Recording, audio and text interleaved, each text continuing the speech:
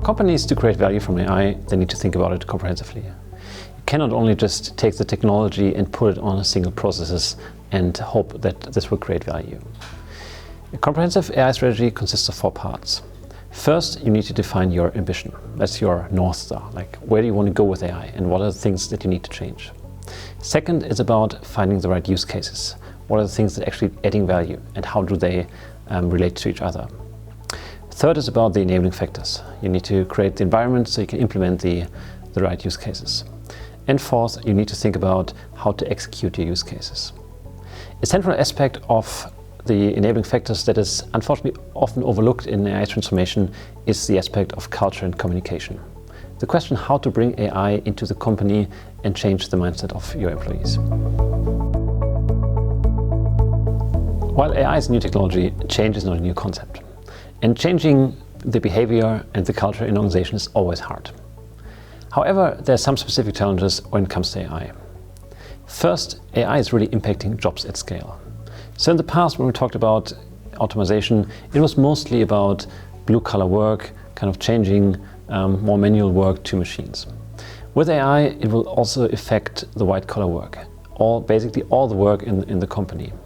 So it's not only about some jobs, but it's really kind of changing more or less all jobs from the shop floor to the upper management. Second, it's about working with uncertainty. When you use AI, it's always about making predictions. And you make predictions based on data. However, you always have an uncertainty. So even if your model gives you a prediction, it only means the prediction might be right for 99% or 99 point something percent.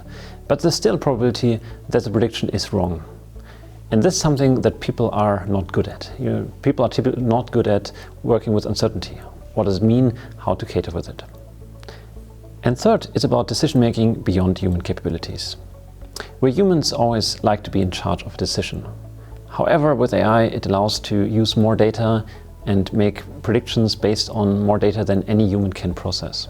So we need to somehow trust the system based on predictions that we as humans can't make based on the data. That's something people are unfamiliar with. We as appliedAI work with our partner companies to overcome these challenges. So for example, EnBW actively addresses these challenges. So what do? Well, first it starts with a transparent communication about AI. It is about making sure that people understand what AI means for EnBW and where they want to go with this topic. It starts with something simple as creating a website where people can inform about the use of AI at EnBW. Second, they used case studies and presentations by people using AI. By this really kind of showing what AI is about and removing fear of people how to use it. And finally, it's about training your people. So you need to make sure that the people have the right skills to work with AI systems. But this doesn't only mean that you need to train some experts. It's also about providing specific trainings for the broader organization. For companies to overcome those obstacles, it's about making sure that you take into account the people. That means 2 things. On the one hand, it's about putting humans at the center when you build AI solutions. So it really starts with having the end users in mind when you design a solution, but also when you introduce a solution to make sure that you train the people and explain the specific challenges, like the uncertainty, to the end users. On the other hand, it's about empowering your organization. A lot of fears around AI come from a lack of understanding. People have the wrong understanding of AI. They have this picture of a mighty robot that kind of takes over everything in mind. So you need to start with communicating actively about what is AI, providing trainings, also kind of low-level trainings for the people to start with it.